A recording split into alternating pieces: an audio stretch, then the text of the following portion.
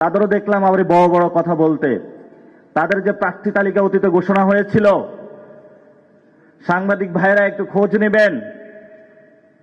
ওই সময় তো জামায়াত ইসলামী নামটাই ছিল না, তাদের প্রার্থী তালিকা দিয়েছিল জাতীয়তাবাদী রাজনীতির আন্ডারে।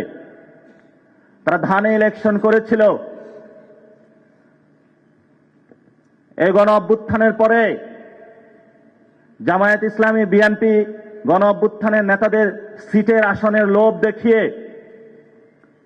কিনতে চেয়েছিল না। আমরা বলেছিলাম 90-এর ছাত্র নেতারা বিক্রি হয়েছে, 24-এর কোন ছাত্র নেতা ইনশাল্লাহ বিক্রি হবে না, হবে না, হবে না, হবে না। মরে যাব আত্মমর্যাদার প্রশ্নে আমরা এক বিন্দু ইনশাল্লাহ ছাড় দিব না, দিব না ইনশাল্লাহ। আমরা মাঠে অনেক রক্ত দিয়েছি। আমরা কোন শহীদের রক্তের সাথে বেইমানি করার জন্য পলিটিক্সে নামি নাই। আমরা কোনো চেতনা ব্যবসা করতে চাই না।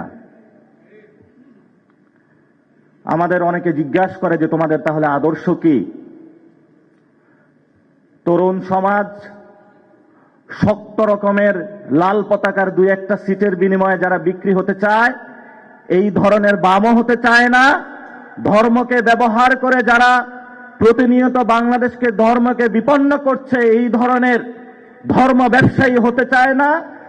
ন্যাশনালিস্ট ফোর্স বলে যারা আন্ডারে কভারে ভারতের সাথে আতাত করছে, ইন্ডিয়ার সাথে আতাত করে আওয়ামী লীগের সাথে আতাত করছে, আমরা এই ধরনের ন্যাশনালিস্ট ফোর্স হতে চাই না।